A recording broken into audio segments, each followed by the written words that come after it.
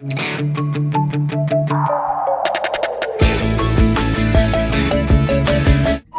आइए लेखक महोदय, आपका ही इंतजार था। हमारे शो डर की टीआरपी तेजी से नीचे गिर रही है। पिछले 4 महीनों की रिपोर्ट तुम्हें मेल की थी, पर तो ली होंगी तुमने। सर, मैं अपनी तरफ से कोई कसर नहीं छोड़ रहा हूँ। आपको सबसे बेहतरीन कहानियां लिख कर दे रहा हूँ। बेहतरीन होती तो मेरा टॉप रेटेड शो ऐसे आखिरी दिन ही गिन रहा होता। देखो, मुझे चैनल से चेतावनी मिल चुकी है। तुम्हें आखिरी मौका दे रहा हूँ। बाकी तुम जानते ही हो, मेरे पास लेखकों की कमी नहीं है। लेकिन सर, देखो विकास, तुम्हारे जैसे नवोदित लेखक को हमने फर्स्ट से अर्श तक ये सोचकर पहुंचाया था कि तुम मेहनत करोगे, कुछ नया कंटेंट लाओगे। दर्शक वहीं सींग वाले गंदे शक्ल के भूत और राक्षस देखकर थक गए हैं। आजकल उन भूतों से बच्चे भी नहीं डरते हैं। कुछ रियलिस्टिक दिखाओ यंग मैन। बाकी लेखन तुम कर रहे हो, कहाँ गलती हो रही है ये सोचना तुम्हारा काम है।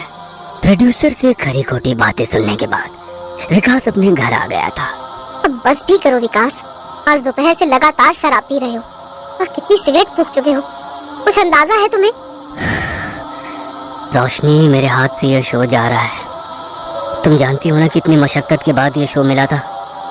एक राइटर के लिए काम ढूंढना कितना मुश्किल है, तुम समझती भी हो। मैं क्या करूं यार, क्या करूं। लिखता तो हूँ हर हफ्ते के लिए एक नए राक्षस की कहानी। कुछ देर बाद मायूसी से अपना सर टेबल पर टिकाकर बैठने के बाद अचानक ही विकास झटके से उठ खड़ा होता है। हाँ ठीक है, तो कहा प्रोड्यूसर ने कुछ रियलिस्टिक लिखना पड़ेगा, लेकिन उसके लिए पहले रियल में किसी प्रेत का सामना करना पड़ेगा। मिल गया आइडिया। क्या आइडिया मिल गया विकास? तुम्हारा दिमाग ठीक है? रोशनी में कुंदरगढ़ के किले में जा रहा हूँ। मैंने काफी सुना है उसके बारे में, शायद मुझे वहाँ कोई स्टोरी मिल जाए। विकास, हॉरर लिखना अलग बात है और खुद भूतों के बीच जाना अलग। पागल मत बनो। मेरे करियर का सवाल है रोशनी, मुझे जाना ही होगा, और कोई रास्ता नहीं है। ठीक है, मैं भी साथ चलूंगी। अब जो होगा देखा जाएगा। अगले दिन ही दोनों राजस्थान के लिए निकल गए। अपनी गाड़ी से मुंबई से राजस्थान आने में काफी समय लग गया था। दिन ढल चुका था और हल्की ठंड माहौल को खुशनुमा बना रही थी। मंजिल अब सामने ही थी। 3 मंजिला इमारत सामने से देखने में काफी रहस्यमय नजर आ रही थी। जैसे जैसे गाड़ी किले के नजदीक पहुंच रही थी, विकास और रोशनी के मन में डर और कौतूहल के मिश्रित भाव पनपने लगे थे।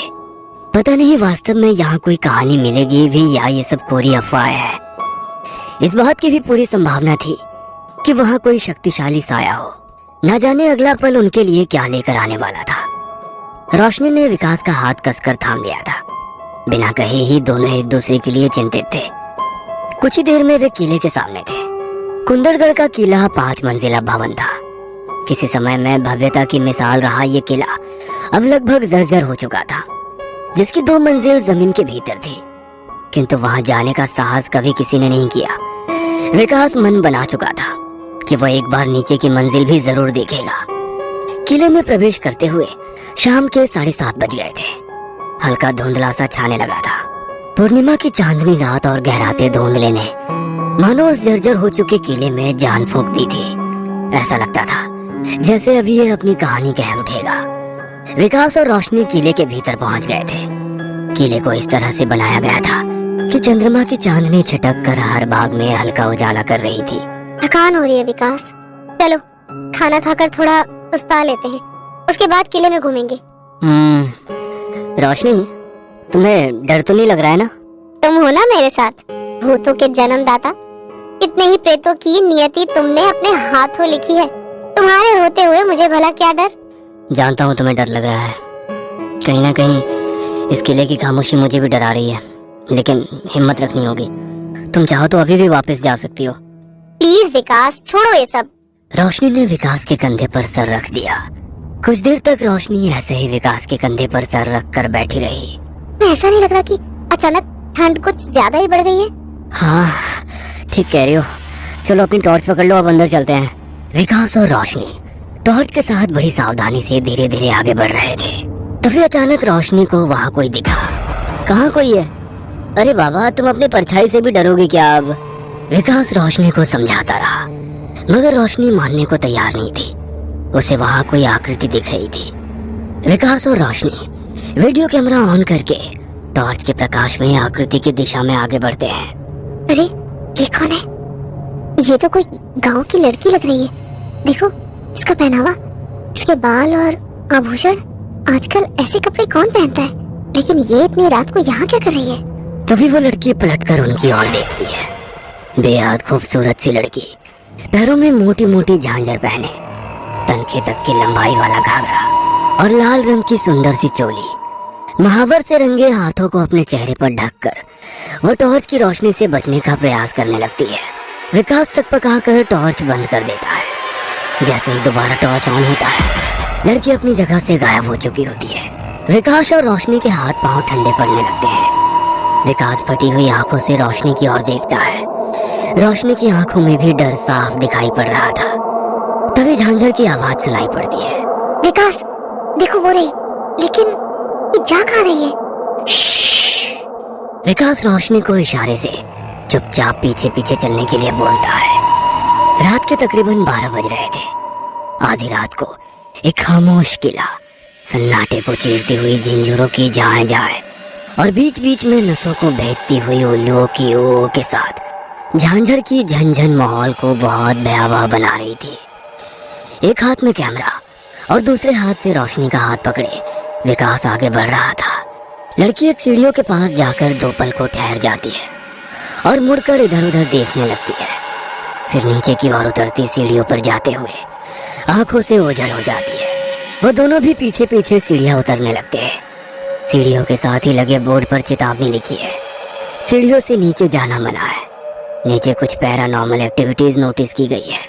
रात का अंधेरा या उस लड़की को देखकर हुआ सम्मोहन, कारण पता नहीं क्या था, किंतु वे दोनों बिना बोर्ड को देखे ही आगे बढ़ जाते हैं। नीचे पहुंचने पर उजाला नाम मात्र का ही आ रहा था, इसलिए दोनों ने अपनी टॉर्च जला ली थी। चारों ओर मकड़ी के जालों और धूल का साम्राज्य था। ठीक से ऑक्सीजन ना मिलने से जैसे सांस भी अटकने लगी थी। अचानक नीचे की मंजिल का रूप बदलने लगता है। पुरानी गंदी इमारत सुंदर रंग बिरंगे फूलों से सज गई थी। बदरंग पत्थरों में चमक आ गई थी। वह लड़की सुंदर लिबास में सजी हुई दिख रही थी। देखते ही देखते किला सुंदर महल में तब्दील होता जा रहा था। सब तरफ लोग आ जा रहे थे। रोशनी ने डर के मारे विकास का हाथ मजबूती से पकड़ रखा था। महल में घूमते लोग कोई इंसान नहीं, आत्माएं हैं। ये बात तब समझ में आई जब कुछ लोग उनके आर पार निकल गए। भय से खून जमना क्या होता है, इसका एहसास आज पहली बार हो रहा था।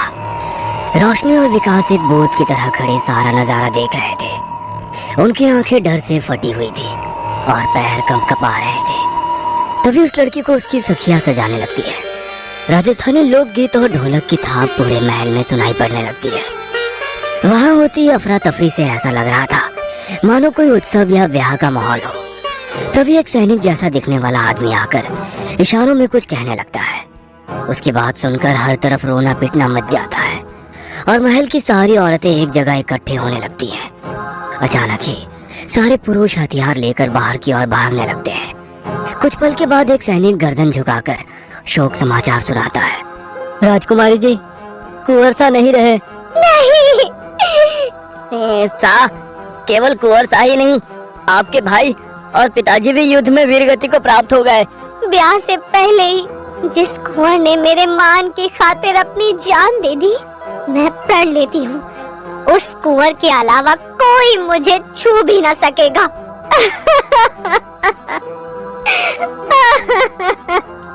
इतना कहकर वो छाती पीट पीट कर रोने लगती है। उसकी गरज से महल के पत्थर हिलने लगे थे।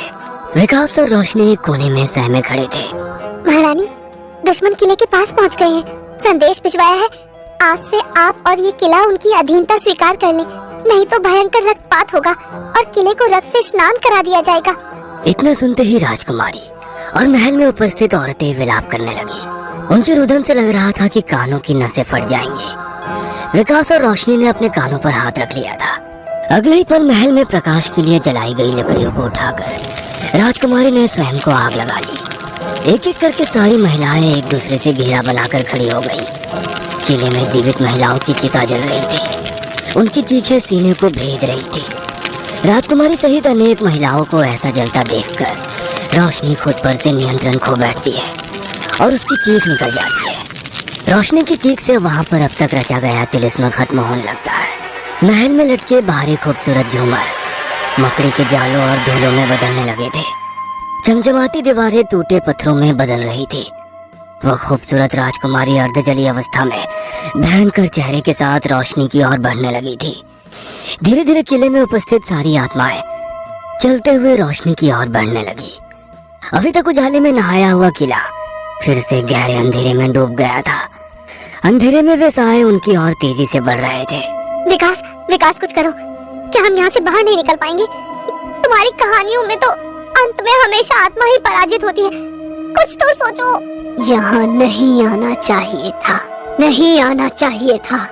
ये मेरा किला है। एक मारवाड़ी स्त्री की जुबान है ये। यहाँ किसी बाहर के आदमी को जीवित ना रहने दिया मैंने कभी। जिस रानी का महल में बिना आज्ञा के महाराज भी ना आ सके, उस रानी महल में तुम यूं ही घुस आए। रोशनी, जल्दी से अपना बैग खोलो, उसमें हनुमान चालीसा रखी है मैंने। बैग की जिप नहीं खुल रही विकास। तुम जाप करो। जय जय जय जय। मुझे आगे कुछ याद क्यों नहीं आ रहा है? तुम बोलो। जय जय। उन दोनों की जुबान मानो अटक सी गई थी। रोशनी और विकास को आत्माओं ने चारों ओर से घेर लिया था। अचानक ही किले की दीवारें ध्वस्त होकर गिरने लगी। एक एक करके गिरते भारी पत्थरों और दीवारों की आवाज में कुछ चीजें घूट रही है। थोड़ी देर बाद सब कुछ सामान्य हो गया। रानी महल में प्रवेश करने का मुख्य द्वार तोड़कर बंदित हो गया है। कहानी की तलाश में आने वाले विकास और रोशनी की कहानी का दुखद अंत हो चुका था। विकास की गाड़ी से पुलिस को उनके वहां आने की पुष्टि तो हुई, किंतु किले के भीतर उनका कोई सुराग नहीं मिला। खोजी पत्रकार अविनाश ने उनकी खबर निकालने का जिम्मा लिया है। अमावस्या की रात वो किले में बिताने का निश्चय कर चुका है। वीरान किले की चीखें सुनने वाला एक और इंसान शायद आज कहानी बनने वाला है।